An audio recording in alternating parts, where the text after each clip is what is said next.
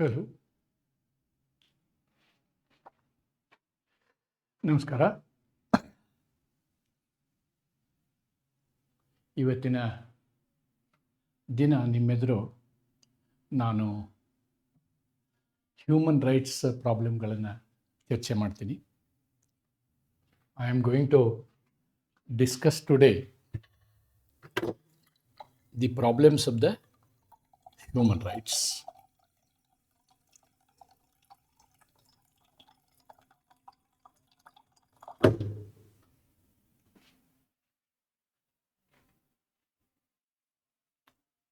Around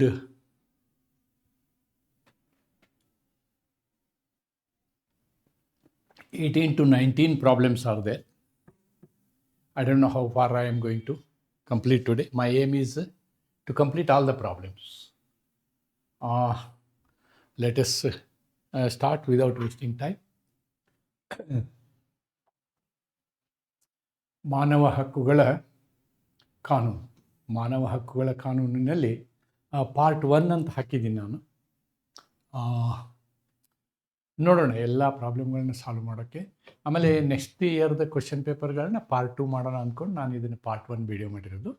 so ಅದ್ರ ಬಗ್ಗೆ ನೀವೇನು ವರಿ ಮಾಡುವಂಥದ್ದಿಲ್ಲ. ಇದು ನಾವು ಫಸ್ಟ್ ಟೈಮ್ ನಾವು ಈ ವಿಡಿಯೋಗಳನ್ನ ಅಂದರೆ ಹ್ಯೂಮನ್ ರೈಟ್ಸ್ ಮೇಲಿರ್ತಕ್ಕಂಥ ಸಮಸ್ಯೆಗಳ ವಿಡಿಯೋನ ನಾನು ಮೊದಲ ಬಾರಿಗೆ ನಿಮ್ಮ ಮುಂದೆ ತರ್ತಾ ಇದ್ದೀನಿ.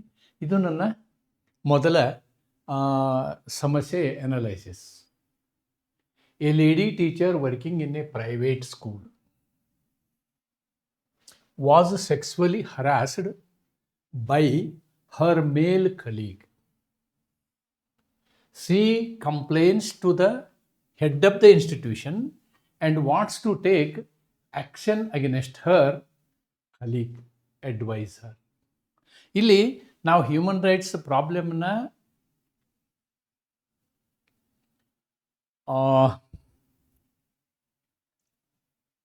ಹ್ಯೂಮನ್ ರೈಟ್ಸ್ ಆ್ಯಂಗಲಲ್ಲಿ ಡಿಸ್ಕಸ್ ಮಾಡ್ತಾ ಇರೋದ್ರಿಂದ ನಾವು ನೇರವಾಗಿ ಇದಕ್ಕೆ ವಿಶಾಖ ಕೇಸ್ಗೆ ಹೋಗ್ಬೋದು. It is a problem of Vishakha case, Vishakha Singh versus state of Rajasthan, ಅಲ್ಲಿಗೆ ಹೋಗ್ಬೋದು. ಆದರೆ ನೀವು ಅದ್ರ ಜೊತೆಗೆ ಇಲ್ಲಿ ಇಂಟರ್ನ್ಯಾಷನಲಿ ಇದು ಯಾವ ರೀತಿ ರಿಕಗ್ನೈಸ್ ಆಗಿದೆ ಈ ರೀತಿ ಅಂದರೆ safety of a woman at the workplace ಅಂತ. Safety of the woman at a workplace international ನಮ್ಮ UDHR ನೆನ್ಪಿಟ್ಕೊಳ್ಳಿ. UDHR, ICCPR, ಆಮೇಲೆ women's related declarations. So all these things also you have to make a reference because you are going to write it for 10 marks. Otherwise it's a case of Vishakha versus state of Rajasthan ಅಂತ simple ಆಗಿ ಹೇಳ್ಬಿಡ್ಬೋದು. But to get full marks you should start with UDHR. In UDHR there is Article 23.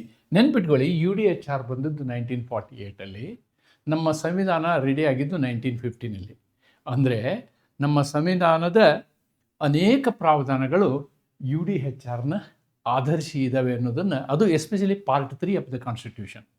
All our fundamental rights are mainly based on the articles of universal declaration of human rights 1948. ನಿಮ್ಗೆ ಸಿಲೆಬಸ್ಗೆ ಇಲ್ಲಿರೋದು universal declaration of human rights. ಆದ್ದರಿಂದ ಅದರ ಬಗ್ಗೆಯೂ ನೀವು ಇಲ್ಲಿ mention ಮಾಡಬೇಕಾಗ್ತದೆ. Right to just and favourable conditions of work. ನೋಡಿ, ಕೆಲಸದ ಸ್ಥಳದಲ್ಲಿ ಅನುಕೂಲಕರವಾದಂತಹ ಆಂಬಿಯಂಟ್ ವಾತಾವರಣ ಇರಬೇಕು. ಮಹಿಳೆಗೆ ಯಾವುದೇ ಬೆದರಿಕೆ ಹೆದರಿಕೆ ಇಲ್ಲದೆ ಕೆಲಸ ಮಾಡುವಂತಹ ವ್ಯವಸ್ಥೆ ಇರಬೇಕು ಅಂಥೇಳಿ ಆರ್ಟಿಕಲ್ 23 ಹೇಳುತ್ತೆ. ನೀವು ನಮ್ಮ BNS ತಗೊಂಡ್ರೆ section 75 of the BNS acts talks about sexual harassment. Sexual rape is different from sexual harassment. ನೆನ್ಪಿಟ್ಕೊಳ್ಳಿ, rape is another crime and sexual harassment is another crime. Even glaring at a woman leads to sexual harassment. ಅದಕ್ಕೆ ನಿಮಗೆ 3 ವರ್ಷ ಶಿಕ್ಷೆ ಇದೆ. ಅಲ್ಲಿ intercourse ಆಗಬೇಕು ಅಂತೇನಿಲ್ಲ, rape ಆಗಬೇಕು ಅಂತೇನಿಲ್ಲ. Even then you will be a person, man will be penalised ಅಂತಕ್ಕಂಥದ್ದನ್ನು ನಾವಿಲ್ಲಿ ನೋಡಬೇಕಾಗುತ್ತೆ. ರೈಟ್. ಸೊ ನೆಕ್ಸ್ಟು ನಾವು ಇದಕ್ಕೆ ಇಲ್ಲಿ ಇದನ್ನು ಯಾವುದು ಕನ್ವೆನ್ಷನ್ ನಾನು ಹೇಳಿದ್ನಲ್ಲ, ಶಿಡಾ ಅಂತ ಹೇಳ್ತೀವಿ ನಾವು. CEDAW, what is CEDAW? Convention on Elimination of All Forms of Discrimination Against Women. This is also relevant. Here also, Article 11 ಏನು ಹೇಳುತ್ತೆ? Article 11 talks about sexual harassment is considered a form of discrimination, okay, because it creates hostile working.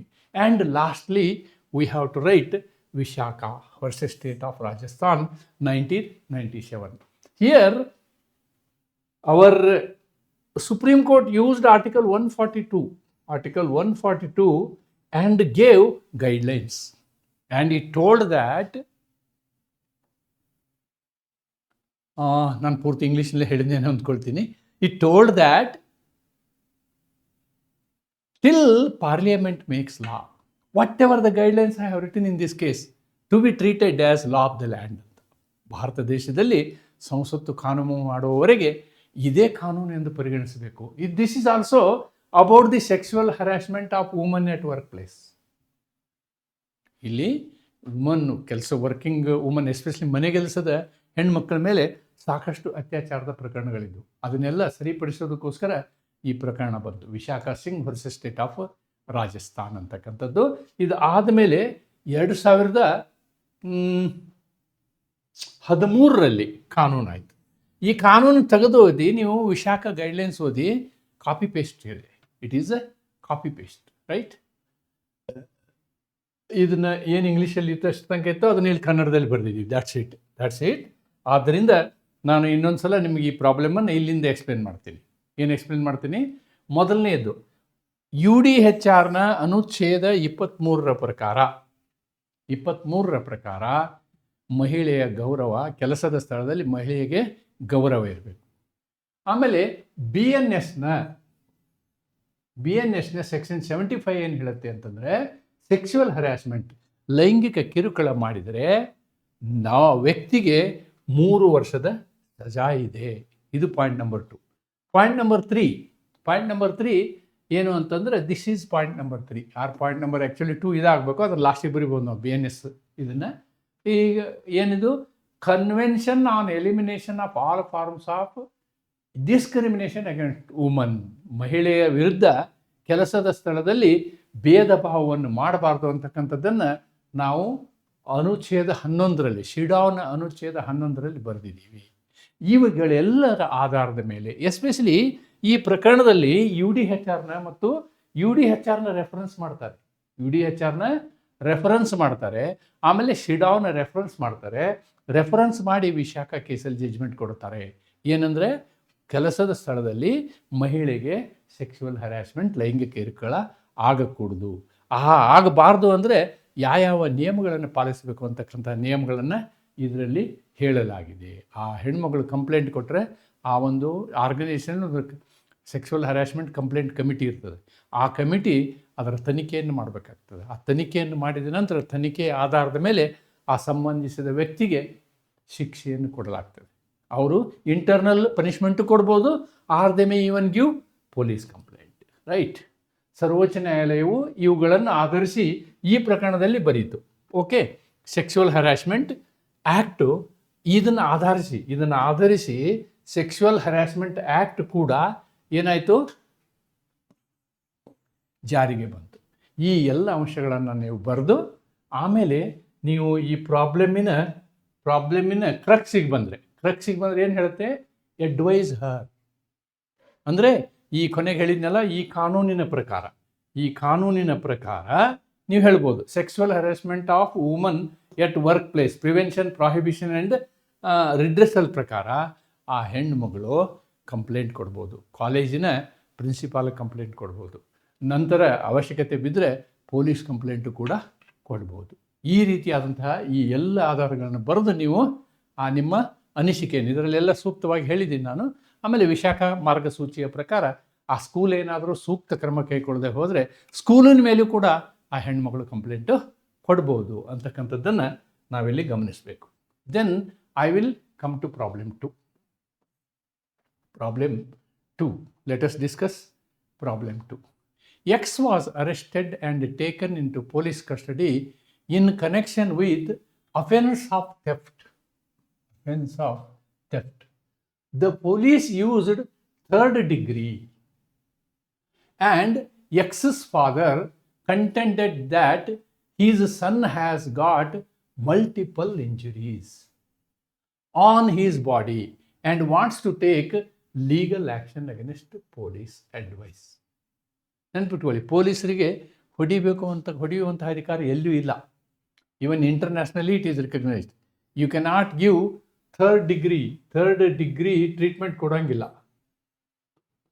Third degree treatment ಇದು ಬ್ರಿಟಿಷರ ಕಾಲದಲ್ಲಿ ಇತ್ತಿದ್ದು. Now after independence this is not there. This cannot be, not permitted, illegal. Action can be taken on police. ಅದನ್ನು ನೀವು ಮತ್ತೆ ಏನು ಮಾಡಬೇಕು, UDHRನ ಆರ್ಟಿಕಲ್ನಿಂದ ಪ್ರಾರಂಭ ಮಾಡಬೇಕು. ಫಸ್ಟ್ ಈ ಆರ್ಟಿಕಲ್ ಬರೀಬೇಕು. ಅನುಚ್ಛೇದ UDHRನ ಅನುಚ್ಛೇದ 5ರ ಪ್ರಕಾರ ಯಾರಿಗೂ ನಾವು ಕ್ರೂರ ರೀತಿಯಲ್ಲಿ ಅವರ ಒಂದು ದೈಹಿಕ ಆಗಲಿ ಮಾನಸಿಕ ಆಗಲಿ ಕ್ರೌರ್ಯವನ್ನು ತೋರಿಸೋ ಹಾಗಿಲ್ಲ ಅಂತಕ್ಕಂಥದ್ದನ್ನು UDHR ಹೇಳುತ್ತೆ.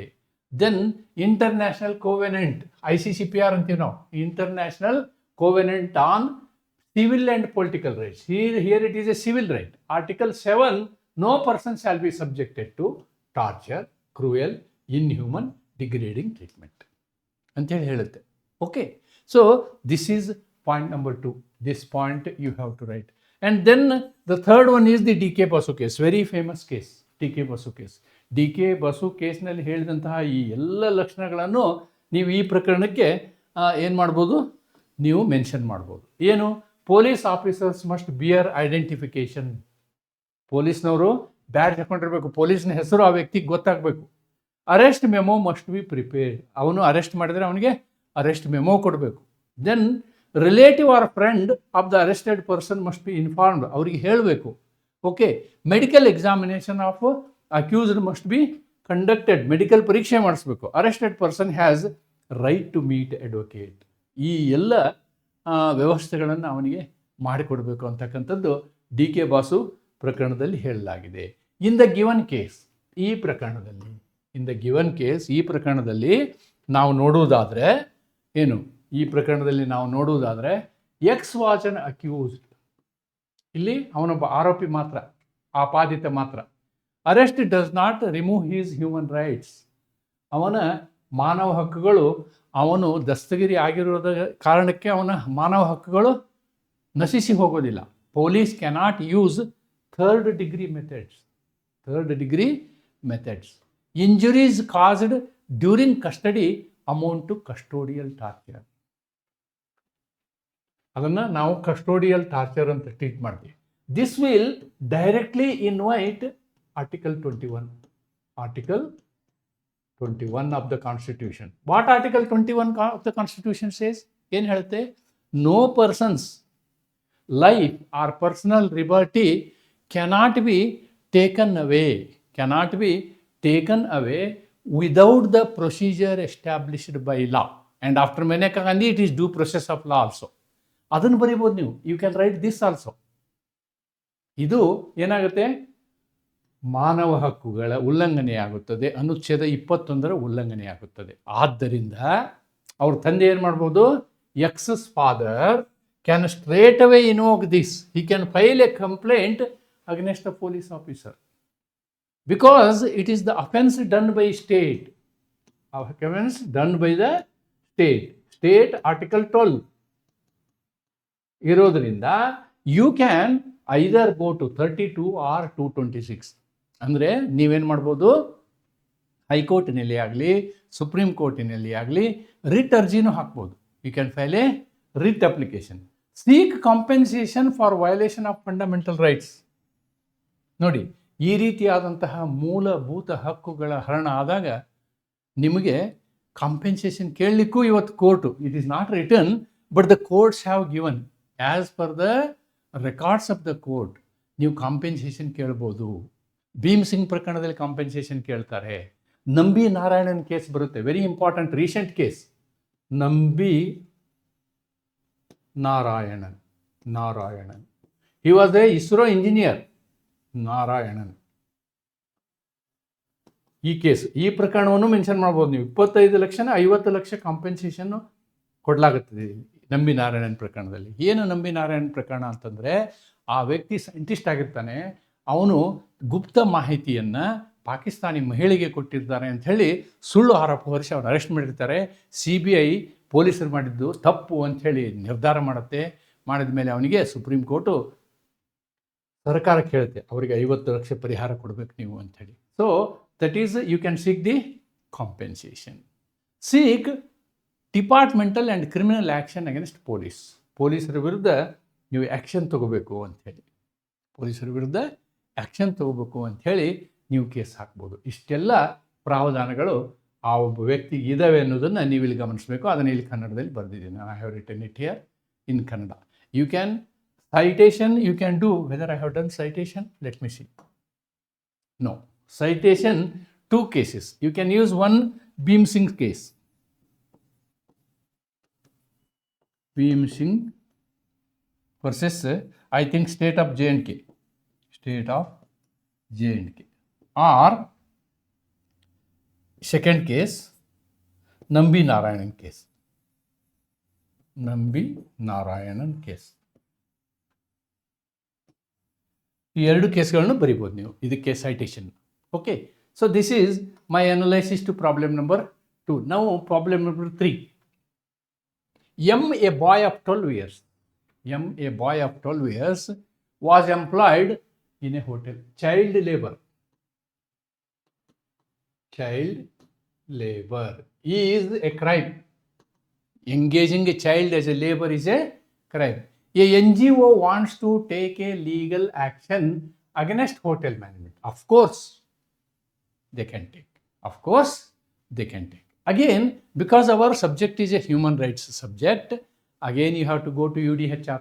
UDHR ನ ಆರ್ಟಿಕಲ್ 25(2) ಮತ್ತು ಆರ್ಟಿಕಲ್ 26ನ ನೀವು ರೆಫರ್ ಮಾಡ್ಬೋದು.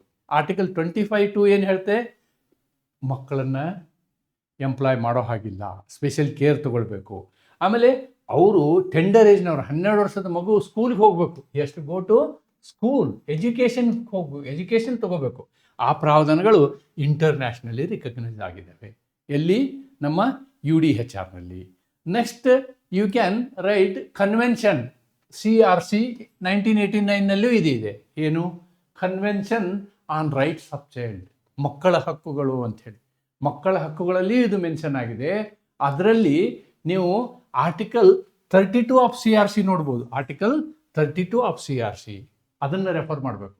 State recognises the right of children to be protected from economic exploitation, work harmful to health or development, interference with education. Here it is work, harmful work ಅಂತ ನಾವು ಹೇಳಲಿಕ್ಕಾಗೋದಿಲ್ಲ, ಆದರೆ interference with education. Therefore article 32 of CRCನ ನೀವು refer ಮಾಡಬೇಕು, ಇದನ್ನು refer ಮಾಡಬೇಕು.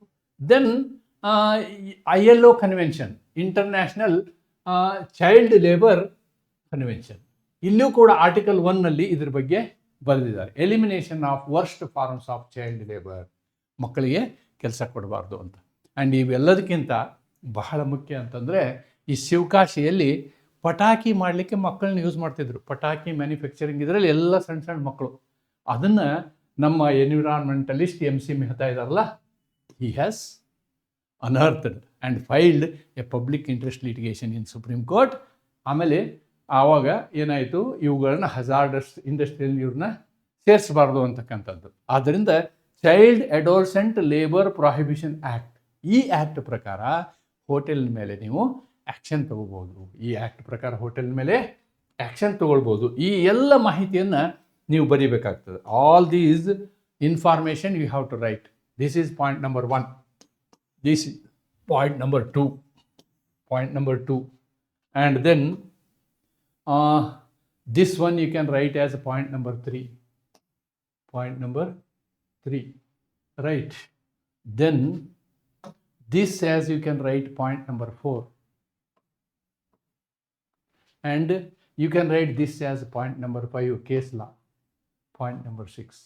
10 ಮಾರ್ಕ್ಸಿಗೆ ಬೇಕಾದಷ್ಟಾಯ್ತು. ಇಷ್ಟೆಲ್ಲ ಇನ್ಫಾರ್ಮೇಷನ್ ಬರೆದ್ರೆ no doubt you will get 10 out of 10 ಅಂಥೇಳಿ ಕಾನ್ಫಿಡೆಂಟ್ಲಿ ಹೇಳ್ಬೋದು. Now I will discuss problem number 4 ಏನು ಹೇಳುತ್ತೆ? ಪ್ರಾಬ್ಲಮ್ ನಂಬರ್ 4 ನೋಡೋಣ. Poor people are living in a remote areas without proper living conditions. ನೋಡಿ, again article 21, it invokes article 21 straight away.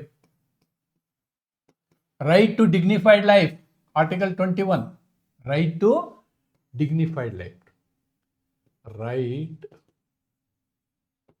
To dignified healthy life. ಇದು actually ಇವನ್ನೆಲ್ಲನೂ court derive ಮಾಡಿದ ಬೇರೆ ಬೇರೆ ಪ್ರಕರಣದಲ್ಲಿ. The article 21, the width and breadth of article 21 is expounded by the judiciary. ನ್ಯಾಯಾಂಗ ಅದರ ವಿಸ್ತಾರವನ್ನು ಮಾಡಿದೆ. They only have small huts, ಸಣ್ಣ ಸಣ್ಣ ಗುಡಿಸಲುಗಳಿದ್ದಾರೆ. There is no proper infrastructure necessary to enable them to live and develop as human beings. ನೋಡಿ, dignified ಜನ ಆಗಿ ಅವ್ರು ಬದುಕಲಿಕ್ಕೆ ಸಾಧ್ಯ ಆಗ್ತಾ ಇಲ್ಲ. Where human rights of the whether human rights of these people are violated? The answer is yes. The answer is yes. ಅದಕ್ಕೆ ಬಹಳಷ್ಟು ಕಡೆ we are going to do slum improvements. We are going to do slum improvements. ಅದಕ್ಕೆ ಸಂಬಂಧಪಟ್ಟಂತೆ ನೀವೇನು ಮಾಡ್ಬೋದು? Human rights ನಾನೇನು refer ಮಾಡಿದ್ದೀನಲ್ಲ, ಆ ಪಾಯಿಂಟ್ಗಳನ್ನು ಬರೆದು ನೀವು ಇವುಗಳನ್ನು ಬರೀಬೇಕು. ನೋಡಿ, these are the things. Article 21 you have to write. Why article 38 you have to write? State shall promote social justice. ನೋಡಿ, ಇದು ಸಾಮಾಜಿಕ ನ್ಯಾಯಕ್ಕೆ ವಿರುದ್ಧವಾದಂತಹ ಸ್ಥಿತಿ. ಅಂದರೆ ಅವರು ಮನುಷ್ಯರ ಜೀವನವನ್ನು ನಡೆಸ್ತಾ ಇಲ್ಲ, ಅವ್ರನ್ನ ಮನುಷ್ಯರ ಲೆವೆಲ್ಗೆ, ಸಾಮಾಜಿಕ ನ್ಯಾಯದ ಲೆವೆಲ್ಗೆ ಅವ್ರನ್ನ ತರುವಂತಹ ಜವಾಬ್ದಾರಿ ಯಾವಕ್ಕಿದೆ? ರಾಜ್ಯಕ್ಕಿದೆ. Article 38 talks about, article 36 defines a state. Article 36 defines a state. ಇಲ್ಲಿ ಯಾವುದು? DPSPನಲ್ಲಿ 36. ಈ 36 ಏನು ಹೇಳುತ್ತೆ ಅಂದರೆ 12 ಏನು ರಾಜ್ಯ ಅಂತೀವೋ ಇಲ್ಲಿಯೂ ಅದೇ ರಾಜ್ಯ ಅಂತ. ಆರ್ಟಿಕಲ್ 12 ರಾಜ್ಯ ಅಂತ ಡಿಫೈನ್ ಮಾಡ್ತೀವಲ್ಲ, ಇಲ್ಲಿಯೂ ಅದೇ ರಾಜ್ಯ ಅಂತ ಹೇಳ್ತೀವಿ ಅಷ್ಟೇ. ಆದ್ದರಿಂದ ಇದು this is the duty of the state, ದೇಶದ ಕೆಲಸ, ಸರ್ಕಾರದ ಕೆಲಸ.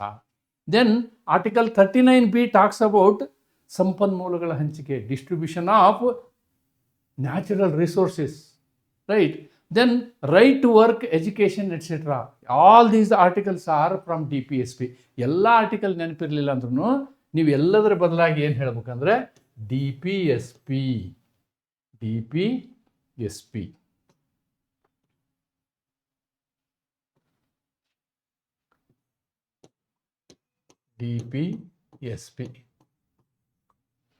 ರಾಜ್ಯ ನಿರ್ದೇಶನ ತತ್ವಗಳು, directive principles of state policy ಇದೆಯಲ್ಲ, ಇದು ಈ ಎಲ್ಲದನ್ನು ಈ ರೀತಿಯ ಕೆಳಮಟ್ಟದಲ್ಲಿರುವಂತಹ ಸಮಾಜದ ಕೆಳಹಂತದಲ್ಲಿರುವಂತಹ ವ್ಯಕ್ತಿಗಳನ್ನು ಸಾಮಾಜಿಕ ನ್ಯಾಯ ಕೊಡಿಸುವ ಉದ್ದೇಶವನ್ನು ಇಟ್ಕೊಂಡು ಅವರಿಗೆ ಅನುಕೂಲ ಮಾಡಿಕೊಡುವಂತಹ ಸಿಚುವೇಶನ್ ನಾವು ಮಾಡಬೇಕು. ಆದ್ದರಿಂದ ಮನೆಗಳನ್ನ ಕಟ್ಕೊಡ್ಬೇಕು.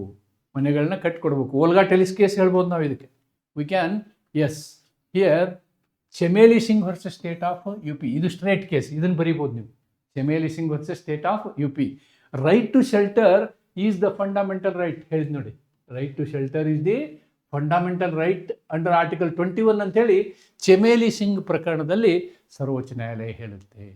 ಆಮೇಲೆ ಓಲ್ಗಾ ಟೆಲಿಸ್ ಕೇಸ್, ನಾವು ಫಂಡಮೆಂಟಲ್ ರೈಟ್ನ ಡಿಸ್ಕಸ್ ಮಾಡುವಾಗ ಇದನ್ನು ಭಾಳ ಸಲ ನಾವು ಡಿಸ್ಕಸ್ ಮಾಡಿದ್ದೀವಿ. ಏನು ಸುಪ್ರೀಂ ಕೋರ್ಟ್ ಹೇಳ್ that right to livelihood is very important. ಇಲ್ಲಿ ಏನು ಮಾಡ್ತಾರೆ, ಈ ಸ್ಲಮ್ಮಲ್ಲಿರ್ತಕ್ಕಂಥ ಜನ ಇರ್ತಾರಲ್ಲ, ಅವ್ರು ಫುಟ್ಪಾತ್ ಮೇಲೆ ಮನೆ ಕಟ್ಕೊಂಡಿರ್ತಾರೆ, ಅವ್ರ ಮನೆಯೆಲ್ಲ ಒಡೆದು ಹಾಕ್ಬಿಡ್ತಾರೆ. ಮುನ್ಸಿಪಾಲ್ಟಿಯವರು, ಬಾಂಬೆ ಮುನ್ಸಿಪಾಲ್ಟಿಯವರು, ಅವರಿಗೆ ಅಧಿಕಾರ ಇರುತ್ತೆ, ದೇರ್ ಇಸ್ ಎ ಲಾ. ಆದಾಗಿನೂ ಸುಪ್ರೀಂ ಕೋರ್ಟ್ ಹೇಳುತ್ತೆ without making them alternate arrangement, ಅವರಿಗೆ ಪರ್ಯಾಯ ವ್ಯವಸ್ಥೆಯ ಮನಿ ಮಾಡಿಕೊಡೋ ತನಕ ಅವ್ರ ಮನಿನ ನೀವು ತೆಗೆದು ಹಾಕೋಕ್ಕಾಗಲ್ಲ. Alternate arrangement,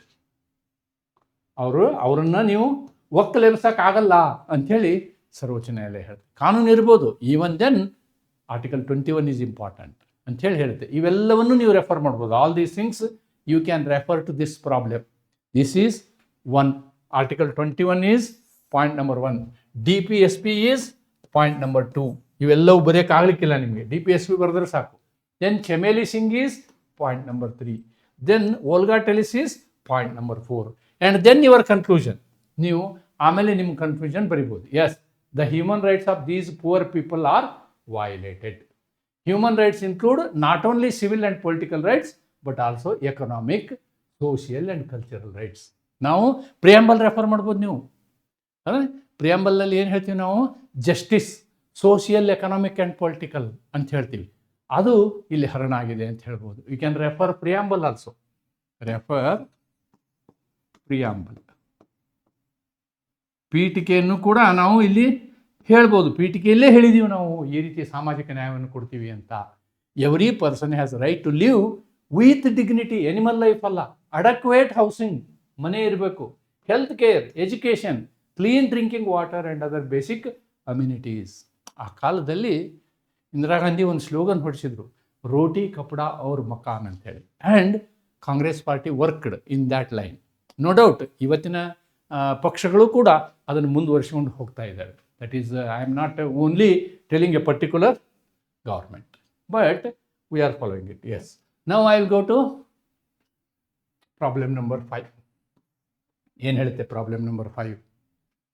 A poor woman is accused of committing the offense of pickpocketing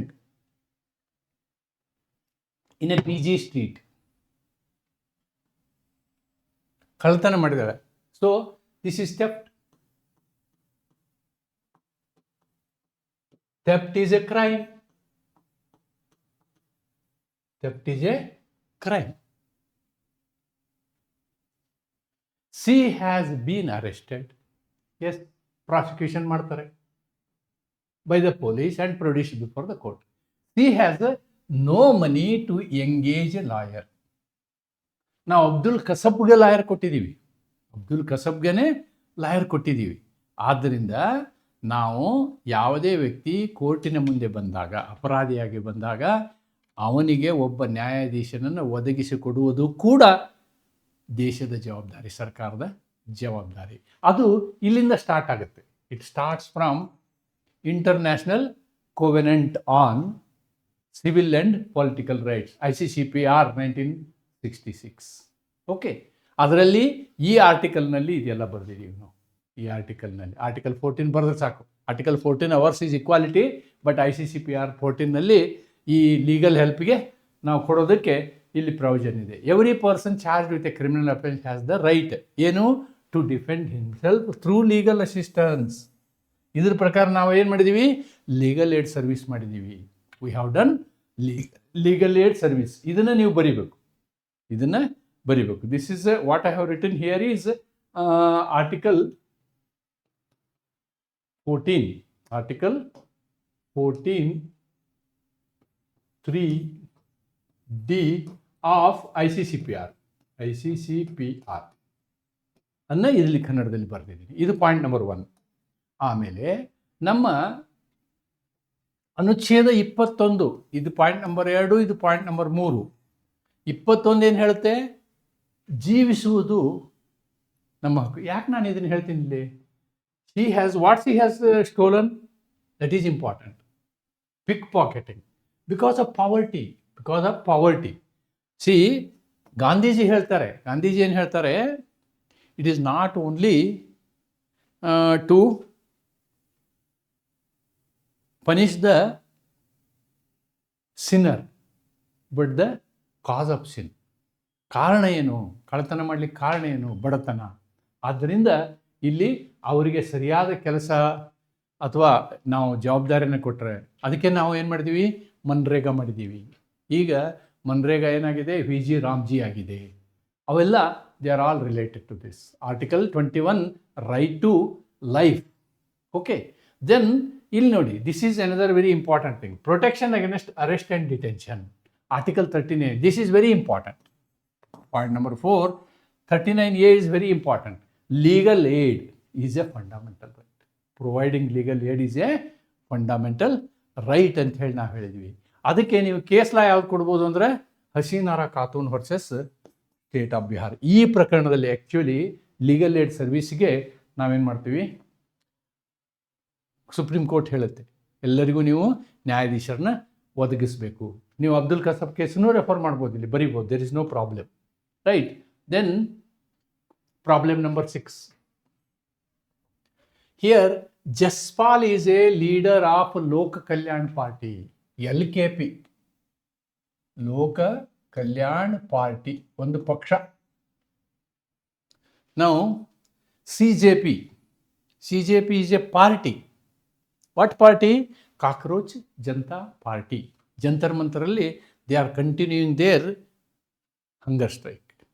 Sonam Wangchuk is almost on hunger strike for almost 15 to 20 days. That is a protest.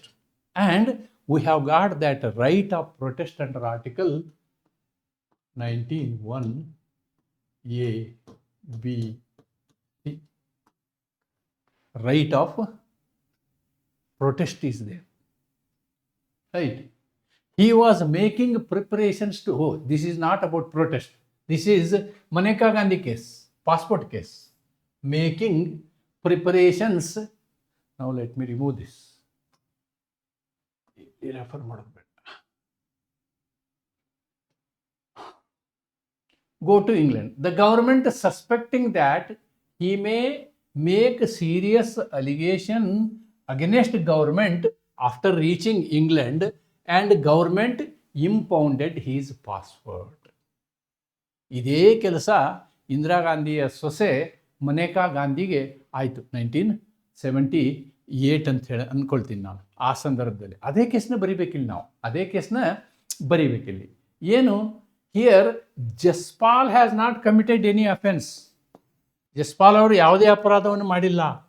ಕೇವಲ apprehension ಮೇಲೆ, ಭಯದ ಮೇಲೆ ನೀವು ಅವ್ರನ್ನ ಅರೆಸ್ಟ್ ಮಾಡೋಕ್ಕಾಗಲ್ಲ. ಆಮೇಲೆ ಹೋಗಿ ಅವನು ಕ್ರಿಟಿಸೈಸ್ ಮಾಡಿದರೆ ಮಾಡಲಿಕ್ಕೆ ಅವನಿಗೆ ಅಧಿಕಾರ ಇದೆ. That is article 19(1)(a), walk ಸ್ವಾತಂತ್ರ್ಯ ಇದೆ. He can criticize government. He has got every right to criticize government. Democracy, one of the fundamental aspect is criticizing the government. Constructive criticism of the government. ಸರ್ಕಾರದ ಯೋಜನೆಗಳನ್ನು ನೀವು ನಿಮ್ಮದೇ ಆದಂತಹ ತಾರ್ಕಿಕ ರೀತಿಯಲ್ಲಿ ಅವುಗಳ ಟೀಕೆ ಮಾಡುವುದಕ್ಕೆ ಪ್ರಜಾಪ್ರಭುತ್ವ ವ್ಯವಸ್ಥೆಯಲ್ಲಿ ಅವಕಾಶ ಇದೆ. ಅದಕ್ಕೆ ನಾವು ಆರ್ಟಿಕಲ್ 19(1)(a) ಅನ್ನು ಮಾಡ್ಕೊಂಡಿದ್ದೀವಿ. This is the foundation of democracy.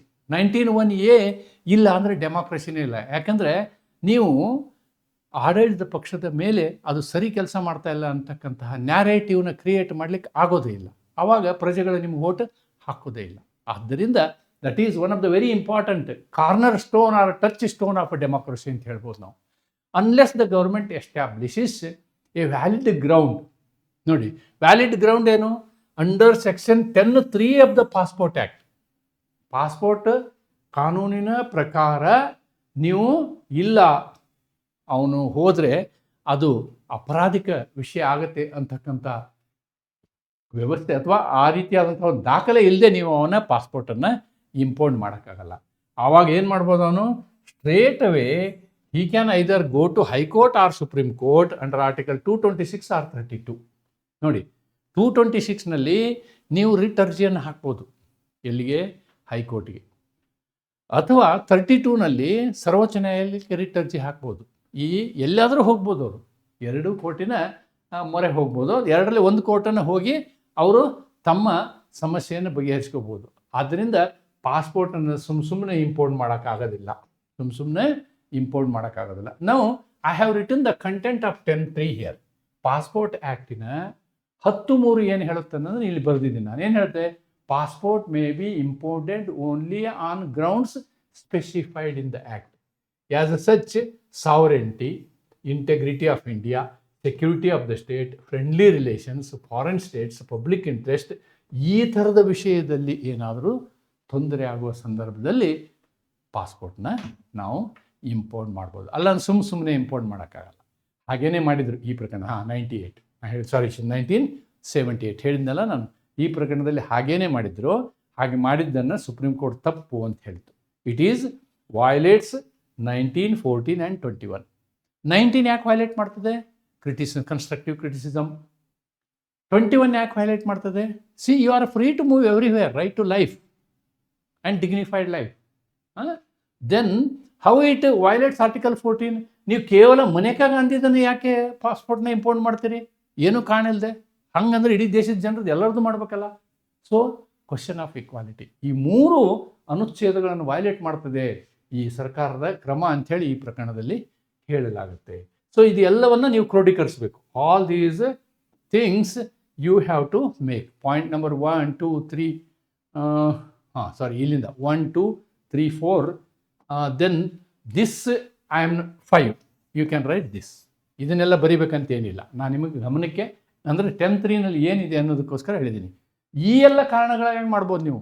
ಅವನು ದೇಶ ಒಡೆಯ ಕೆಲಸ ಮಾಡ್ತಾನ, ಅಥವಾ ನಮ್ಮ ಸಾರ್ವಭೌಮತ್ವದ ವಿರುದ್ಧವಾಗಿ ಕೆಲಸ ಮಾಡ್ತಾನ, ಅಥವಾ ದೇಶದ್ರೋಹದ ಕೆಲಸ ಮಾಡ್ತಾನ, 120B ಇಂಥವೆಲ್ಲ ಇದ್ದಾಗ ಮಾಡ್ಬೋದೇ ಹೊರತು ಸಾಮಾನ್ಯ ಸ್ಥಿತಿಗಳಲ್ಲಿ ಮಾಡೋಕ್ಕಾಗೋದಿಲ್ಲ. ಇಲ್ಲಿ ಇಂದಿರಾ ಗಾಂಧಿಯ ಸೊಸೆ ಅನ್ನೋ ಒಂದೇ ಕಾರಣಕ್ಕೆ ಪಾಸ್ಪೋರ್ಟ್ ಇಂಪೋರ್ಟ್ ಮಾಡಿದ್ರು.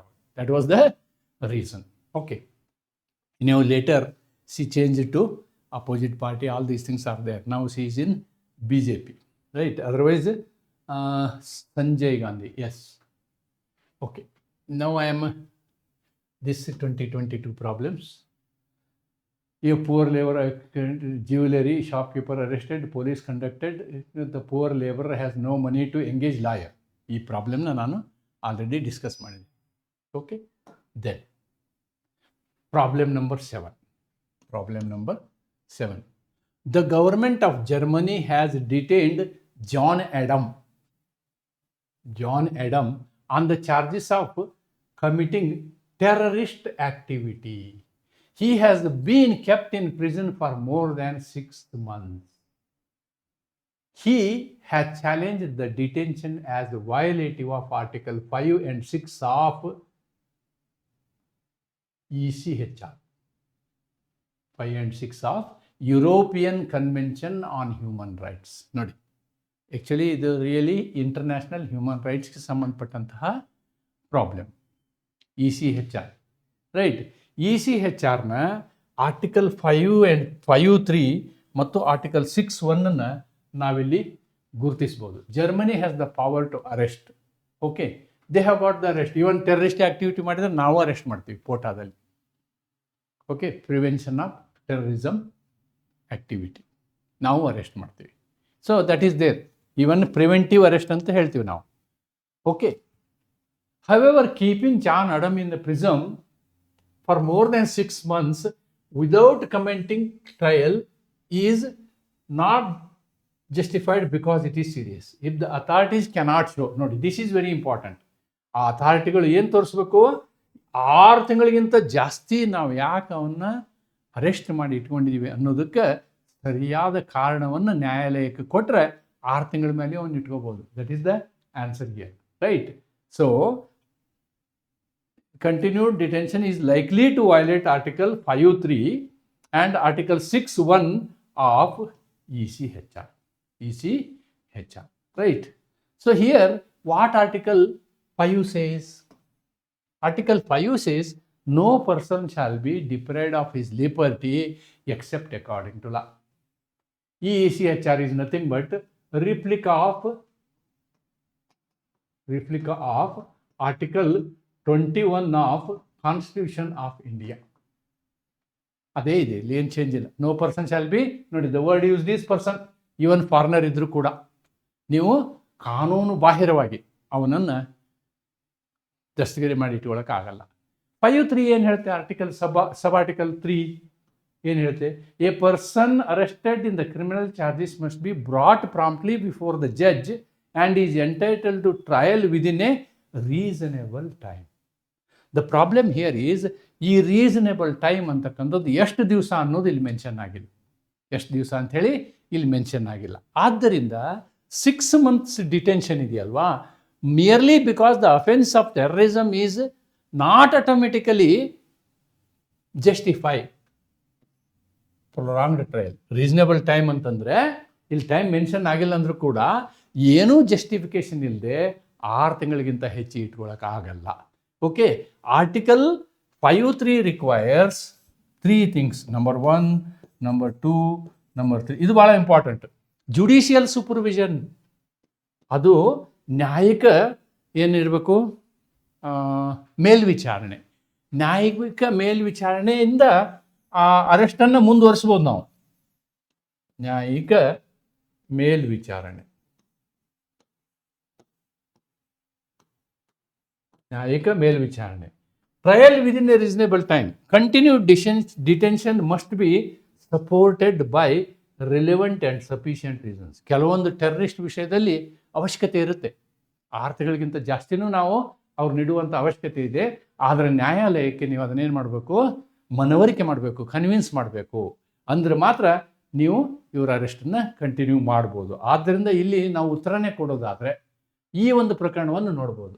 Important case law, Wemhoff versus Germany, ಇದನ್ನು ಕಾರಣ ಕೊಟ್ಟು ಆ ಕೇಸ್ ಮಾಡಿರೋದು ಏನು, pre trial detention cannot continue indefinitely. ಏನು ಸಮಯದ ಏನು ಹೇಳ್ತೀವಿ ನಾವು, ಇಂಡೆಫಿನೆಟ್, ಅನಿರ್ದಿಷ್ಟಾವಧಿಯವರೆಗೆ. ಅನಿರ್ದಿಷ್ಟಾವಧಿಯವರೆಗೆ ನಾವು ಒಬ್ಬ ವ್ಯಕ್ತಿಯನ್ನು ಬಂಧನದಲ್ಲಿ ಮುಂದುವರಿಸಲು ಸಾಧ್ಯವಿಲ್ಲ. Merely because offence is serious. ಇಲ್ಲಪ್ಪ ಅವನು ಗಂಭೀರ ಅಪರಾಧ ಮಾಡಿದಾನೆ ಅಂತ ಹೇಳಿ ಅವನು ಒಂದೇ ಕಾರಣಕ್ಕೆ ಮಾಡೋಕ್ಕಾಗಲ್ಲ. ಬಟ್ ನೀವು ಕೋರ್ಟಿಗೆ ಮನವರಿಕೆ ಆಗುವಂತಹ ಸಂಪೂರ್ಣ ಕಾರಣಗಳನ್ನು ಕೊಡಬೇಕು. ಸಂಪೂರ್ಣ ಕಾರಣಗಳನ್ನು ಆಗುವುದಿಲ್ಲ. Continued detention must be justified. ಆದರೆ ಸಕಾರಣಗಳನ್ನು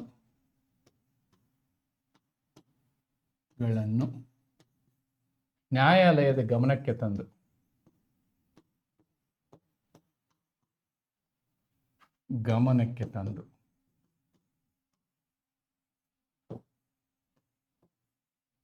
ನ್ಯಾಯಾಲಯ ಒಪ್ಪಿದರೆ ಬಂಧನವನ್ನು ಮುಂದುವರಿಸಬಹುದು.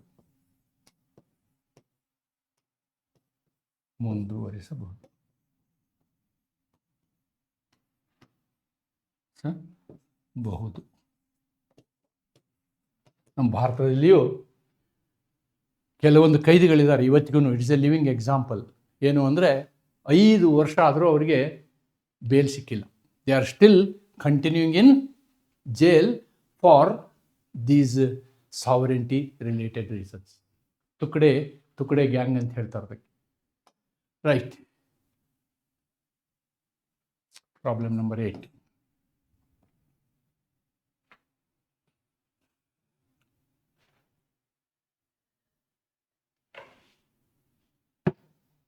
A man was arrested on charges of killing his wife and was kept in judicial custody. ಹೆಂಡತಿಯನ್ನು ಕೊಂದಿದ್ದವನು. Every time he was brought to the court from the prison, handcuffed. ಕೈ ಕೊಳ ಹಾಕ್ಕೊಂಬರ್ತಿದ್ರು ಅವನಿಗೆ, against him. Against this, he has written a letter to Chief Justice of High Court, requesting that handcuffing be stopped as it violates human rights. ಅಮಾನವೀಯತೆ ಅದು. ನಾವು ಕಾಡು ಪ್ರಾಣಿಗಳನ್ನು ಹಗ್ಗ ಕಟ್ಕೊಂಡ್ಬರ್ತೀವಿ, ನೀವು ಮನುಷ್ಯರನ್ನು ಹಗ್ಗ ಕಟ್ಕೊಂಡ್ಬರ್ತೀರಿ, ತಪ್ಪಿದು ಅಂಥೇಳಿ ಚೀಫ್ ಜಸ್ಟಿಸ್ಗೆ ಪತ್ರ ಬರೀತಾನೆ ಅವನು. Exactly it is this case only. Somewhere the case is there. I think where I have written that case. Yes, I have not referred to any case. Yes, here it is there. The case according to Prem Shankar Shukla, Sunil Batra, ಇವೆಲ್ಲ ಪ್ರಕರಣ. all these cases we can refer. ಅವಕ್ಕೆ ಸಂಬಂಧಪಟ್ಟಂಥದ್ದೇ ಈ case ಇದು. ನಮಗೆ article 21ನ ನೀವು ಬರಿಬೋದಿಲ್ಲಿ. ನಾನು article 21 explain ಮಾಡಿದ್ದೀನಿ, ಏನೇನಿದೆ ಆರ್ಟಿಕಲ್ 21ನಲ್ಲಿ ಅನ್ನೋದನ್ನು ಇಲ್ಲಿ ನಿಮಗೆ ಗುರುತಿಸಿದ್ದೀನಿ. ಆಮೇಲೆ ಅದಕ್ಕಿಂತ ಮೊದಲು ದಿಸ್ ಈಸ್ ಪಾಯಿಂಟ್ ನಂಬರ್ 1. ನಾವು ಇಂಟರ್ನ್ಯಾಷನಲ್ ಹ್ಯೂಮನ್ ರೈಟ್ಸ್ ನೋಡ್ತಾ ಇರೋದ್ರಿಂದ ಫಸ್ಟ್ ಇದನ್ನು ಬರೀಬೇಕು. ಆರ್ಟಿಕಲ್ 5, ಆರ್ಟಿಕಲ್ 7, ಆರ್ಟಿಕಲ್ 10(1) ಏನು ಹೇಳ್ತು ನೋಡಿ, all person deprived of liberty shall be treated with humanity and respect for their inherent dignity. Yes, this is very important article. Article 10(1) of the UDHR ಏನು ಹೇಳುತ್ತೆ ಅಂತಂದರೆ, ಅವ್ರನ್ನ ಮಾನವೀಯತೆಯಿಂದ ನೋಡ್ಕೊಳ್ಳಿ. ನೀವು ಯಾರನ್ನ ಲಿಬರ್ಟಿ ಡಿಪ್ರೈವ್ ಯಾರನ್ನ ಮಾಡಿರ್ತೀರಿ, ಅರೆಸ್ಟ್ ಮಾಡಿದ ವ್ಯಕ್ತಿಗಳು. ಲಿಬರ್ಟಿ ಡಿಪ್ರೈವ್ಡ್ ಅಂತಂದರೆ ಯಾರು ಜೈಲಿನಲ್ಲಿ ಇರ್ತಾರೆ ಅವರು. Because article 21 says without established procedure of the law. Established procedure of the law ನಮ್ದು ಯಾವುದು, BNS, BNSS, special loss, PMLA loss, ಇವೆಲ್ಲ ಲಾಸು. ಅದರ ಪ್ರಕಾರ ಮಾಡಿದಾಗಲೂ ಕೂಡ ನೀವೇನು ಮಾಡಬೇಕು, ಮಾನವೀಯತೆಯಿಂದ ವರ್ತಿಸಬೇಕು, ಕೈಗೆ ಬೇಲಿ ಹಾಕೋದಲ್ಲ. This is point number 1. Then this you have to write point number 2. ಅನೇಕ ಈ ಆರ್ಟಿಕಲ್ 21 ಆಧಾರದಲ್ಲಿ ಸರ್ವೋಚ್ಚ ನ್ಯಾಯಾಲಯ ಈ ಪರ್ಟಿಕ್ಯುಲರ್ ಕೇಸನ್ನು ಡಿಸೈಡ್ ಮಾಡಿದೆ. This is point number 2. Then ಅದನ್ನೇ ಕನ್ನಡದಲ್ಲಿ ಬರೆದಿದ್ದೀನಿ. Same things are Kannada here. Then point number 3. Yes, the prisoner is likely to succeed. ಯಾಕೆ ಅಂತಂದರೆ routine handcuffing is an under trial prisoner violates these 2 articles. ಬೇರೆ ಕೈದಿಗಳನ್ನ ಹಂಗೆ ಕರ್ಕೊಂಬರ್ತೀರಿ, ನನಗೆ ಮಾತ್ರ ಬೇಡಿ ಹಾಕ್ತೀರಿ, ಆರ್ಟಿಕಲ್ 14. ಆಮೇಲೆ ಮಾನವೀಯತೆ, ಹ್ಯುಮ್ಯಾನಿಟಿ, ಆರ್ಟಿಕಲ್ 21. ಓಕೆ, ಇವೆರಡರ ಉಲ್ಲಂಘನೆ ಆಗಿದೆ ಅಂಥೇಳಿ ನೀವು ಹೇಳ್ಬೋದು ಇಲ್ಲಿ. This is point number 3, right. Then ಇದಕ್ಕೆ ನೀವು ಕೇಸ್ ಲಾ ಸೈಟೇಷನ್ ಮಾಡೋದಾದರೆ ಇದನ್ನು ಮಾಡ್ಬೋದು. Point number 4. According to Prem Shankar, Delhi administration, Sunil Batra ಅವ್ರ Delhi administration, Citizen for Democracy versus State, handcuffs may be used only in exceptional circumstances after recording valid reasons. Ordinary ಪ್ರಿಸ್ನರ್ಗೆ ನೀವು ಕೈಕೊಳ ಹಾಕುವಾಗಿಲ್ಲ. ಅತಿ ಅವನು ನಟೋರಿಯಸ್ ಇದ್ದಾನೆ, ನಿಮ್ಮನ್ನೇ ಒದ್ದು ಜಾಡಿಸೋದು ಓಡಿ ಹೋಗ್ತಾನೆ ಅನ್ನುವಂತಹ ಸಂದರ್ಭದಲ್ಲಿ ನೀವು ಅದನ್ನು ಮಾಡಬೇಕು ಅನ್ನೋದನ್ನು ಇಲ್ಲಿ ಹೇಳ್ತಾರೆ. ಆಮೇಲೆ ಇದು UDHRನ ಆರ್ಟಿಕಲ್ 1, 5 ಮತ್ತು ICCPRನ 7 and 10 ಇವನ್ನ ನಾನು ಮೊದಲೇ ಎಕ್ಸ್ಪ್ಲೇನ್ ಮಾಡಿದ್ದೀನಿ. ಪ್ರತಿ ಕೇಸಿಗೂ ಬರೀಬೋದು ನೀವು. ಈ ರೀತಿ ಹ್ಯೂಮನ್ ರೈಟ್ಸ್ ಸಂಬಂಧಪಟ್ಟಂಥ ಕೇಸ್ಗೆ ಇವೆಲ್ಲ ಆರ್ಟಿಕಲ್ನ ನೀವು ಜನರಲಾಗಿ ಬರೀತಾ ಹೋಗ್ಬೋದು, ಏನು ತೊಂದರೆ ಇಲ್ಲ. Okay, so this is the solution of the problem. Then problem number 9. Problem number 9. What is 9? ನಾ ಇಲ್ಲಿ ಎಕ್ಸಾಮ್ದು ಇದನ್ನು ಹಾಕಿದ್ದೀನಿ ನಿಮ್ಗೆ ರೆಫರೆನ್ಸ್ ಇರಲಿ ಅಂತೇಳಿ, right. Sumitra, a coolie working in Tumakuru, fell from a running train and suffered serious injury. Sumitra ಟ್ರೈನಿಂದ ಬಿದ್ದು ಗಾಯ ಆಗುತ್ತೆ. She was taken to government hospital, ಸರ್ಕಾರಿ ಆಸ್ಪತ್ರೆಗೆ ಕರ್ಕೊಂಡೋದ್ರು. She was denied medical aid due to non availability of beds. ನೋಡಿ, ಸರ್ಕಾರ ಹಿಂಗೆ ಹೇಳೋಕ್ಕಾಗಲ್ಲ. It cannot. It is the duty of the state to protect the human life. Therefore they have erred, ತಪ್ಪು ಮಾಡಿದ್ದಾರೆ. Litre on she was admitted to a private hospital and she spent 2 lakh, 2 ಲಕ್ಷ ಖರ್ಚು ಮಾಡಿದ್ರು. She claims that amount. She is eligible. Again you have to write article 21. ಅದನ್ನೇ explain ಮಾಡಬೇಕು. Article 21, right. Article 21 ಏನು ಹೇಳುತ್ತೆ? Right to life includes right to health, right to emergency medical treatment, right. Government hospitals have a constitutional duty. ಸಂವಿಧಾನಿಕ ಜವಾಬ್ದಾರಿ ಇದೆ ಅವರಿಗೆ. ಅವರು ಆ ರೀತಿ ಹೇಳೋ ಆಗಿಲ್ಲ. They have committed a mistake. Then you can write this point number 2. Article equality before law, denial of treatment on arbitrary grounds. EP Rayappa, arbitrariness is also part and parcel of article 14 ಅಂತ ಹೇಳ್ತಾರೆ. ಆಮೇಲೆ ಅದಕ್ಕೆ ಸಂಬಂಧಪಟ್ಟಂತೆ ಈ case ನೋಡಿ, Premananda Katara versus union of India ಪ್ರಕರಣದಲ್ಲಿ ಹೇಳಿದ್ರೆ, supreme court held that preservation of human life is paramount importance. Every doctor and every government hospital has a duty to immediate emergency medical treatment. Legal formalities and administrative reasons cannot delay.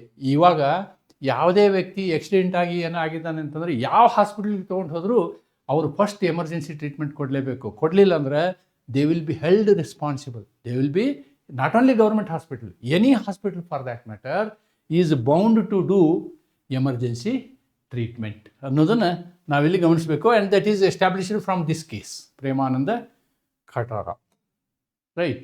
The government is liable to ರೀಇಂಬರ್ಸ್.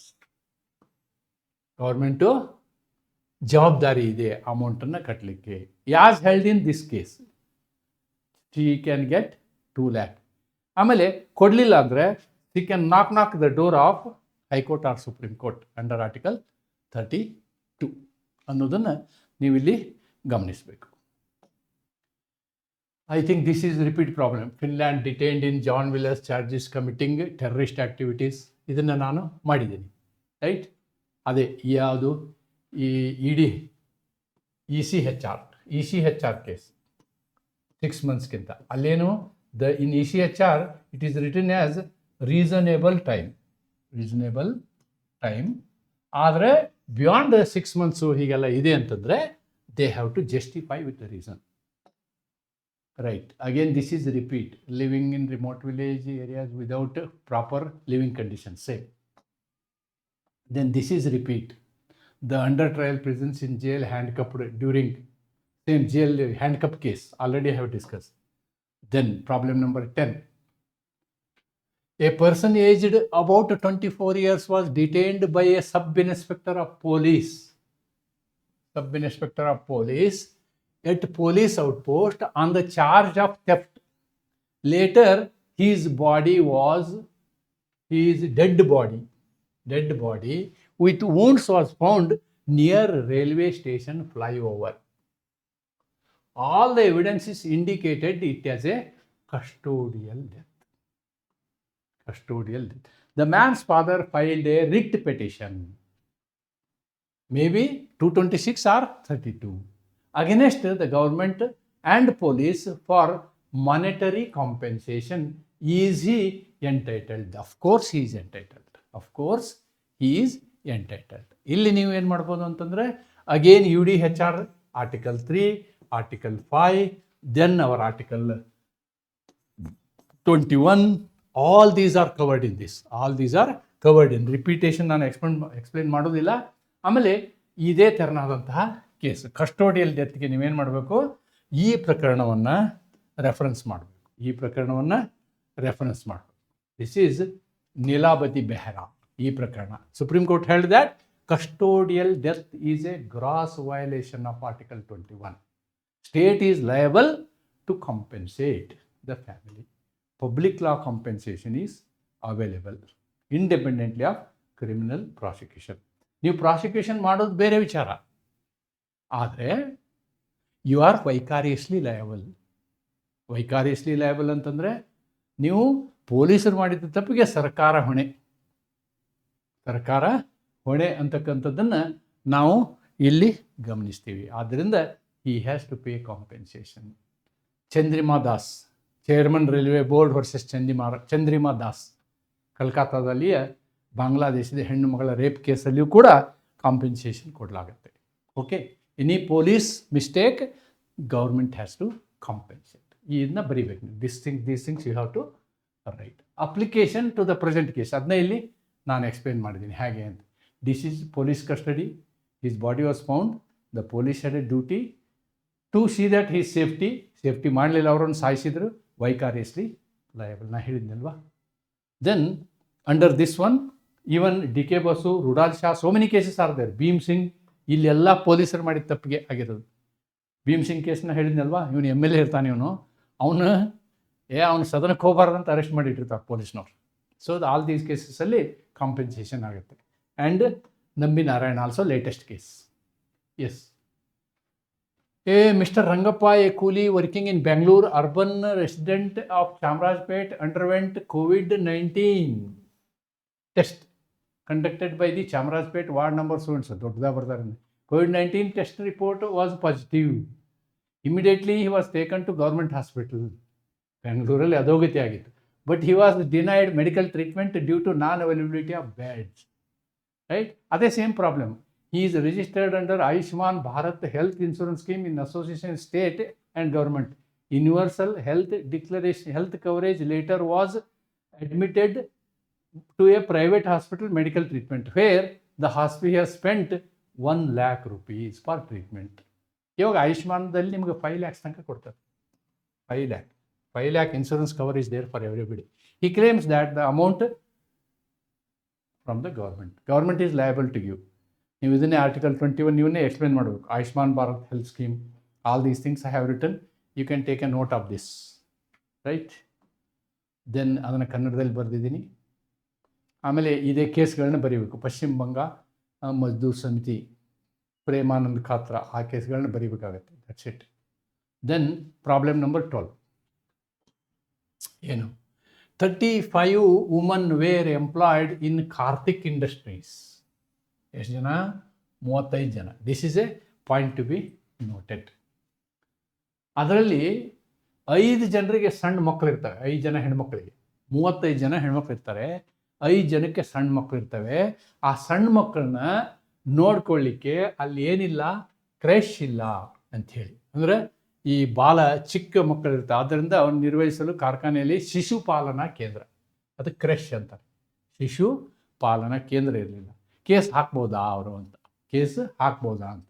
ಇಲ್ಲಿ ನೋಡಿ, ನೀವು ಅಕಸ್ಮಾತು ಈ ಒಂದು convention ನೋಡಿದರೆ ಸಿಡಾ ಕನ್ವೆನ್ಷನ್ನಲ್ಲಿ ಹೇಳ್ತಾರೆ ಮಕ್ಕಳಿಗೆ ವ್ಯವಸ್ಥೆ ಇರಬೇಕು ಅಂತ, family obligation, child care facility ಇರಬೇಕು ಅಂತ ಹೇಳ್ತಾರೆ. ಆದರೆ ಇಂಡಿಯನ್ ಲಾ ಏನು ಹೇಳುತ್ತೆ? ದಿಸ್ ಈಸ್ ಇಂಡಿಯನ್ ಲಾ, ಭಾರತದ ಕಾನೂನಿದು. ಏನು? Code on social security 2020. ಇಲ್ಲಿ ಸೆಕ್ಷನ್ 67 ಈ ಮಕ್ಕಳ ಆರೈಕೆ ಕೇಂದ್ರದ ಬಗ್ಗೆ ಮಾತಾಡ್ತದೆ, ಕ್ರೆಶ್ ಫೆಸಿಲಿಟಿ. ಓಕೆ, ಆ ಕ್ರೆಶ್ ಫೆಸಿಲಿಟಿ ಏನು ಹೇಳುತ್ತೆ ಅನ್ನೋದನ್ನು ಫುಲ್ ಸೆಕ್ಷನ್ ಇಲ್ಲಿ ಬರೆದಿದ್ದೀನಿ ನಾನು. I have written the section here. But here the condition is 50ಕ್ಕಿಂತ ಹೆಚ್ಚು ಮಹಿಳೆಯರಿರಬೇಕು. 50ಕ್ಕಿಂತ ಹೆಚ್ಚು ಮಹಿಳೆಯರಿರಬೇಕು. ಒಂದು ನಿಮಿಷ, ಏನೇ ಟೆಕ್ನಿಕಲ್ ಇದೆಯಾ ನೋಡ್ಬಿಡ್ತೀನಿ ಅಂತಲ್ಲ. I have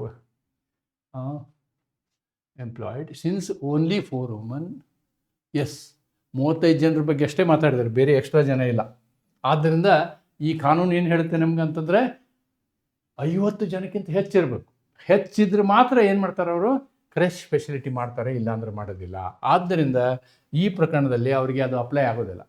since Karthik industry has only 35 and it is less than 50, ಅವರು ಮಾಡೋದಿಲ್ಲ ಅಂತ ಹೇಳಿದರೆ ಸರ್ಕಾರ ಏನು ಮಾಡೋಕ್ಕಾಗಲ್ಲ. Because they have given that minimum strength as this. You can write it as 3rd point, section 67 of the code, right? Then you can explain like this.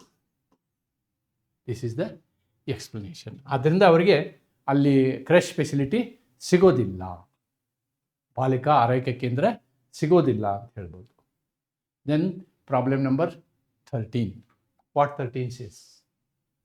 A woman who is wife of a minister, wife of a minister is harassed physically and verbally by his husband. Minister ಮಹಾಶಯರು ಹೆಂಡತಿಗೆ ಕಿರಿಕಿರಿ ಮಾಡ್ತಾರೆ. ಆವಾಗ ಹೆಂಡತಿ ಏನು ಮಾಡ್ಬೋದು? What woman can do? Again you can take the CEDAW here, CEDAW ರೆಫರೆನ್ಸ್ನಲ್ಲಿ article 2ನ ನೀವು ತಗೋಬೋದು. ಏನು? Effective measures to eliminate discrimination. ತಾರತಮ್ಯ ಇರಬಾರ್ದು. ಹೆಣ್ಣು ಮಗಳಿಗೆ ಗಂಡು ಮಗನಿಗೆ ಎಲ್ಲೂ ಮನೆಯಲ್ಲಾಗಲಿ ಹೊರಗಾಗಲಿ ತಾರತಮ್ಯ ಇರಬಾರ್ದು. ಮಿನಿಸ್ಟರ್ ಅಂದ ತಕ್ಷಣ ಅವನೇನು ಮೇಲ್ ಬರೋಲ್ಲ. He is also bound by law, article 14, right? Number 2, protection of woman from domestic violence. This is Indian law. ಇದರ ಪ್ರಕಾರನೂ ಮಹಿಳೆಗೆ ಅನೇಕ ಅಧಿಕಾರಗಳಿದ್ದಾವೆ. There are various. ಆಮೇಲೆ ಇಲ್ಲಿ ಹೇಳಿದಂತಹ ಈ ಡೊಮೆಸ್ಟಿಕ್ ಇವರು ಏನು ಕಿರಿಕಿರಿ ಮಾಡ್ತಾರಲ್ಲ, ಸೆಕ್ಷನ್ 3 ಪ್ರಕಾರ ಅದು ಡೊಮೆಸ್ಟಿಕ್ ವೈಲೆನ್ಸ್ ಆಗುತ್ತೆ. ಸೆಕ್ಷನ್ 3 ಪ್ರಕಾರ ಯಾವ ಸೆಕ್ಷನ್ 3? ಈ ಕಾನೂನಿನ protection of woman from domestic violence ಕಾನೂನಿನ ಪ್ರಕಾರ ಅದು ಡೊಮೆಸ್ಟಿಕ್ ವೈಲೆನ್ಸ್ ಆಗುತ್ತೆ. ಓಕೆ, ದೆನ್ ಸೆಕ್ಷನ್ 3 ಏನು ಹೇಳುತ್ತೆ ಅನ್ನೋದನ್ನು ಇಲ್ಲಿ ಬರೆದಿದ್ದೀನಿ. ಡೊಮೆಸ್ಟಿಕ್ ವೈಲೆನ್ಸ್ ಇವೆಲ್ಲ ಇರ್ತವೆ ನೋಡಿ. Physical abuse, verbal and emotional abuse, sexual abuse, economic abuse. ಅಲ್ಲಿ ಫಿಸಿಕಲ್ ಅಬ್ಯೂಸ್ ಇದೆ, ವರ್ಬಲ್ ಅಬ್ಯೂಸ್ ಇದೆ. ಆದ್ದರಿಂದ ಈ ಸೆಕ್ಷನ್ 3 ಒಳಗೆ ಅವ್ರು ಬರ್ತಾರೆ. ಸೆಕ್ಷನ್ 3 ಒಳಗೆ ಮಿನಿಸ್ಟರ್ ಸಾಹೇಬರು ಬರ್ತಾರೆ. ಓಕೆ, ಆವಾಗ ಹೆಂಡತಿಗೆ ಇಷ್ಟು ಪರಿಹಾರ ಇದಾವೆ. ಸೆಕ್ಷನ್ ಇವೆಲ್ಲ ಸೆಕ್ಷನ್ ಅದೇ ಕಾನೂನಿನ ಸೆಕ್ಷನ್ ಇವು. ಏನು? ಯಾವ ಕಾನೂನು? ಈ ಕಾನೂನಿನ ಈ ಸೆಕ್ಷನ್ಗಳ ಪ್ರಕಾರ ಅವರಿಗೆ ರಕ್ಷಣೆ ಇದೆ. ಏನು? ರಕ್ಷಣಾ ಆದೇಶ, ಪ್ರೊಟೆಕ್ಷನ್ ತಗೋಬೋದಕ್ಕೆ, ಅಥವಾ ಬೇರೆ ಕಡೆ ವಾಸಸ್ಥಳ ಮಾಡ್ಕೊಂಡಿರ್ಬೋದು, ಹಣಕಾಸಿನ ಪರಿಹಾರ ಕೇಳ್ಬೋದು, ಮಕ್ಕಳ ಪಾಲನಾ ಆದೇಶ ಕೇಳ್ಬೋದು, ತನಗೆ ಪರಿಹಾರದ ಆದೇಶ ಕೇಳ್ಬೋದು. ಅದಕ್ಕೆ ಸಂಬಂಧಪಟ್ಟಂತಹ ಕೇಸ್ ಲಾ ಇದು. ಈ ಕೇಸ್ ಲಾ ಕೂಡ ನೀವು ಬರೀಬೋದು ಡೊಮೆಸ್ಟಿಕ್ ವೈಲೆನ್ಸ್ಗೆ. I think this is point number 2.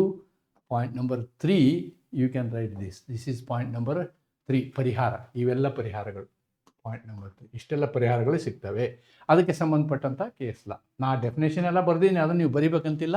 ನಿಮ್ಗೆ ಕ್ರಾಸ್ ರೆಫರೆನ್ಸ್ ಮಾಡಲಿಕ್ಕೆ ಅದು ಕೊಟ್ಟಿದ್ದೀನಿ ನಾನು. The protection of woman from domestic violence act is A beneficial legislation enacted to protect women from abuse and should receive A liberal interpretation. ಇವನ್ನ liberal ಆಗಿ interpret ಮಾಡಿ ಕೊಡಬೇಕು. ಯಾವುದೇ ಕಾರಣಕ್ಕೂ ಮಹಿಳೆ ಬಂದು ಕೋರ್ಟಲ್ಲಿ ನನಗೆ ಈ ರೀತಿ ಅನ್ಯಾಯ ಆಗ್ತದೆ ಅಂತ ಕೇಳಿಬಿಟ್ರೆ ಅವ್ರು ಇದರಲ್ಲಿ ಯಾವ್ಯಾವ್ದು ಕೇಳ್ತಾರೆ ಅದನ್ನೆಲ್ಲ ಗ್ರ್ಯಾಂಟ್ ಮಾಡ್ತಾರೆ. That is the case law here.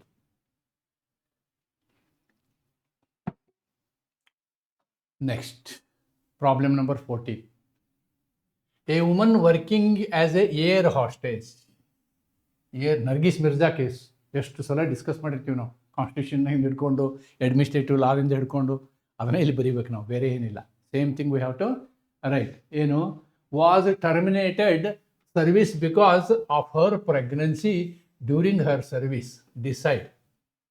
ಅದರದ್ದೇ ಕಾಪಿ ಇದು, ನರ್ಗೀಸ್ ಮಿರ್ಜಾ ಕಾಪಿ. ನಾನೇನು ಜಾಸ್ತಿ ಎಕ್ಸ್ಪ್ಲೇನ್ ಮಾಡಲ್ಲ. ನೀವೇನು ಮಾಡಿ ಆರ್ಟಿಕಲ್ 21 ಬರೀರಿ. ನೀವು UDHR ಎಲ್ಲ ಬರೀಬೋದು, ಏನು ತೊಂದರೆ ಇಲ್ಲ. ಆರ್ಟಿಕಲ್ 14 ಬರೀರಿ. This is important. The Constitution permits state to make provisions for women and children. Special provision ಮಾಡಬೇಕು ಅಂತಿದೆ. ಸ್ಪೆಷಲ್ ಪ್ರೊವಿಷನ್ 15(1) ಬರೀಬೋದು ನೀವು. ಆರ್ಟಿಕಲ್ 15(1) ಯಾಕೆ ಬರೀಬೋದು ಹೇಳಿ? No discrimination based on sex. No discrimination, ತಾರತಮ್ಯವಿಲ್ಲ. Based on sex. ಆರ್ಟಿಕಲ್ 15(1)ಗಿಂತ 16(1) ಬರೀಬೋದು. 16(1) ಯಾಕಂದರೆ ಎಂಪ್ಲಾಯ್ಮೆಂಟ್ ಅಲ್ವಾ, you can write 16(1). No discrimination. Right. Next, ಅದಕ್ಕೇ ಈ ಕೇಸ್ಲಾ ತಗೊಂಡಿದ್ದೀನಿ. ಏರ್ ಇಂಡಿಯಾ ವರ್ಸಸ್ ನರ್ಗೀಸ್ ಮಿರ್ಜಾ ಪ್ರಕರಣ. ಅದು ಅಲ್ಲಿ ಸುಪ್ರೀಂ ಕೋರ್ಟ್ ಚೀಮಾರೆ ಹಾಕ್ತಾರೆ ಏರ್ ಇಂಡಿಯಾಕ್ಕೆ ಚೀಮಾರೆ ಹಾಕ್ತಾರೆ. ಇದನ್ನೇ ನೀವು ಬರಿಬೋದು. ಇದು ಅನುಚ್ಛೇದ 14 ಉಲ್ಲಂಘನೆಯಾಗಿದೆ. ಮಾನವೀಯತೆಯ ಉಲ್ಲಂಘನೆ. Even 22 also is violated here. Okay, this we can write. Then this is a repetition. I am not going to discuss. Yes, problem 15. Javeed was detained in jail under Preventive Detention Act. ಇವಾಗ ನಮ್ಮದು photo ಇದೆಯಲ್ಲ ಆ ಥರ. He wrote a scientific book in prison and sought permission of the government to send it to his wife for publication. Government refused permission to him. Is the stand of the government is justified? No. Supreme court ಏನು ಹೇಳುತ್ತೆ ಈ ಕೇಸ್ನಲ್ಲಿ ಅಂತಂದರೆ, permit ಮಾಡಿ ಆ ಪುಸ್ತಕ ಪರಿಶೀಲನೆ ಮಾಡಿ, ಅದು ಯಾವುದೇ ಬೇರೆ ವಿಷಯ ಇಲ್ಲ, ವಿಜ್ಞಾನಕ್ಕೆ ಸಂಬಂಧಪಟ್ಟಂತಹ ಒಂದು ಒಳ್ಳೆಯ ಪುಸ್ತಕವನ್ನು ಬರೆದಿದ್ದಾರೆ, ಪಬ್ಲಿಷ್ ಮಾಡಿ ಅಂತ ಹೇಳ್ತಾರೆ. ಅದಕ್ಕೆ ನೀವು ಇಲ್ಲಿಂದ ಶುರು ಮಾಡಬೇಕು. Freedom of expression 19(1)A speech ಅಷ್ಟೇ ಅಲ್ಲ, ಎಕ್ಸ್ಪ್ರೆಷನ್ನು ಕೂಡ. Writing a book is a expression. You cannot hold it. Prisoner ಇದ್ದಾನೆ ಅಂತ ಹೇಳಿ ಅದನ್ನ ಹೋಲ್ಡ್ ಮಾಡೋಕ್ಕಾಗಲ್ಲ. Right. Then article 21. Okay, personal liberty. ಅವ್ನ ಪುಸ್ತಕ ಬರೆಯೋದು ಅವ್ನ ಪರ್ಸನಲ್ ಲಿಬರ್ಟಿ. ನೀವು ಅದನ್ನ ಹೆಂಗೆ ಕಸ್ಕೊಳ್ಳೋಕ್ಕಾಗಲ್ಲ. ಆರ್ಟಿಕಲ್ 22 ಇದನ್ನು ಬರಿಬೋದು. ಅನುಚ್ಛೇದ 22 ಏನು? Constitutional safeguards to persons arrested detain. ಇದು ಸೇಫ್ ಗಾರ್ಡು, ಏನು ಕಾನ್ಸ್ಟಿಟ್ಯೂಷನಲ್ ಸೇಫ್ ಗಾರ್ಡು. ಅವನ್ನ ಅರೆಸ್ಟ್ ಮಾಡಿ ಇಟ್ಕೊಳ್ಳಿ. ಆದರೆ ಅವನೊಂದು ಪುಸ್ತಕವನ್ನು ಸಮಾಜಕ್ಕೆ ಒಳ್ಳೆಯ ಆಗುವಂಥ ಪುಸ್ತಕ ಬರೀತಾನೆ ಅಂದ್ರೆ ಅದನ್ನ ಯಾಕೆ ನೀವು ಹೋಲ್ಡ್ ಮಾಡ್ತೀರಿ? You cannot hold it. Right. ಅದೇ ಕೇಸ್ ಇದು, exactly the same case. State of Maharashtra versus Prabhakar Pandurang Sanzgiri. ಆ ಪ್ರಕರಣ ಇಲ್ಲೇ ಇದೆ ನೋಡಿ. Pandurang Sanzgiri political activist. ಅವನು ವಾಸ್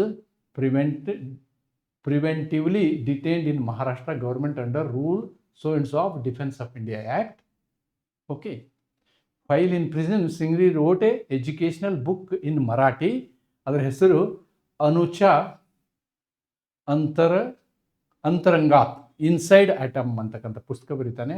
ಅದು ಸೈನ್ಸ್ಗೆ, ಕ್ವಾಂಟಮ್ ಥಿಯರಿಗೆ ಸಂಬಂಧಪಟ್ಟಂತಹ ಪುಸ್ತಕ ಆಗಿರುತ್ತೆ. ಬೇರೆ ಏನಿರೋದಿಲ್ಲ ಅದ್ರಾಗ, ಆದ್ದರಿಂದ ಕೋರ್ಟ್ ಅದನ್ನು ಪಬ್ಲಿಷ್ ಮಾಡಲಿಕ್ಕೆ ಈ ಪ್ರಕರಣದಲ್ಲಿ ಆಜ್ಞೆ ಕೊಡ್ತದೆ. Right. You can write that way. Then 16, problem number 16. What 16 says? The West Bengal state government gave permission to a company to start cement manufacturing unit in a village Durgapur.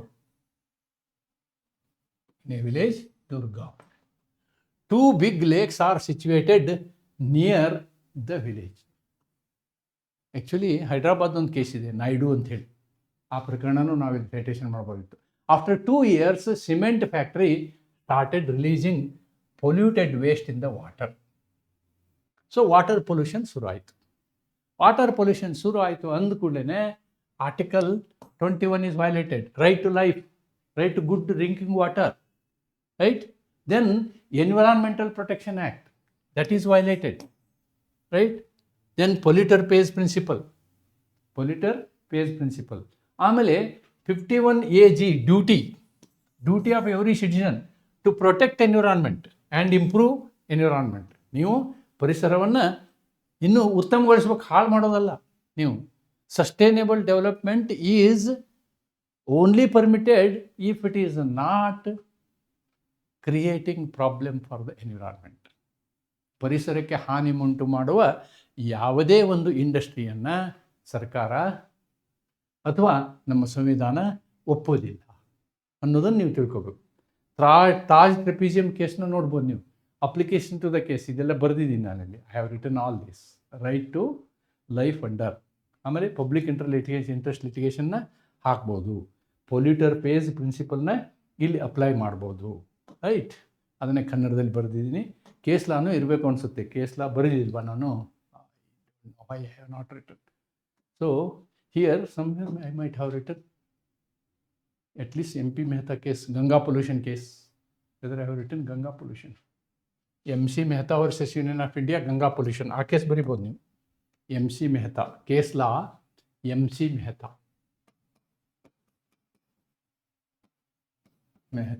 Versus union of India. ಅವಕ್ಕೆ ಎಲ್ಲದಕ್ಕೂ ಒಂದೊಂದು ಹೆಸರು ಕೊಡ್ಬೇಕು ನಾವು. Ganga pollution,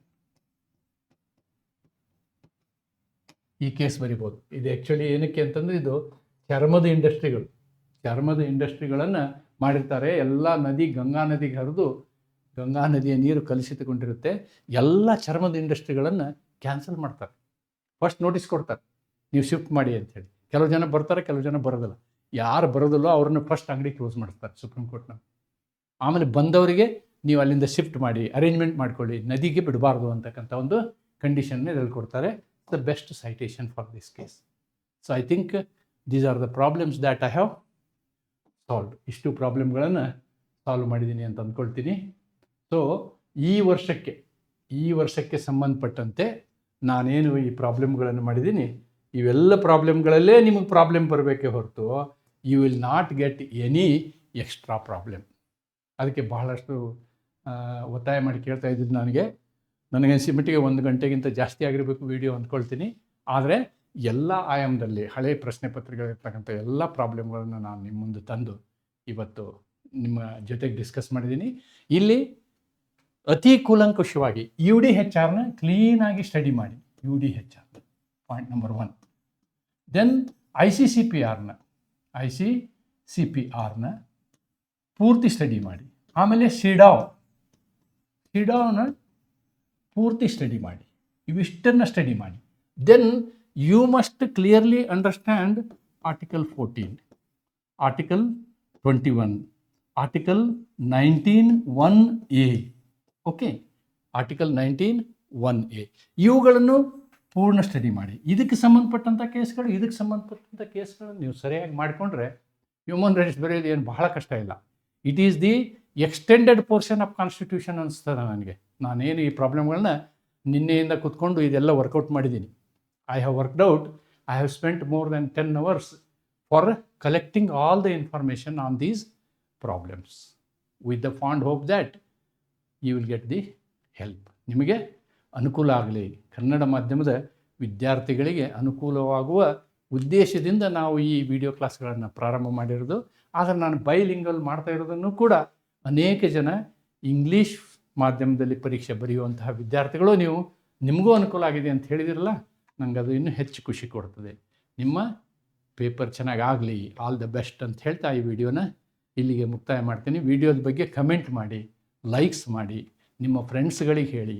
ಈ resource ಬಹಳಷ್ಟು ಜನರಿಗೆ ಅನುಕೂಲವಾಗುವ ಒಂದು ಪ್ರಚಾರ ನಡೀಲಿ ನಿಮ್ಮಿಂದ ಅಂತ ಹೇಳ್ತಾ ಈ ವಿಡಿಯೋನಲ್ಲಿ ಕ್ಲೋಸ್ ಮಾಡ್ತೀನಿ. ನಮಸ್ಕಾರ.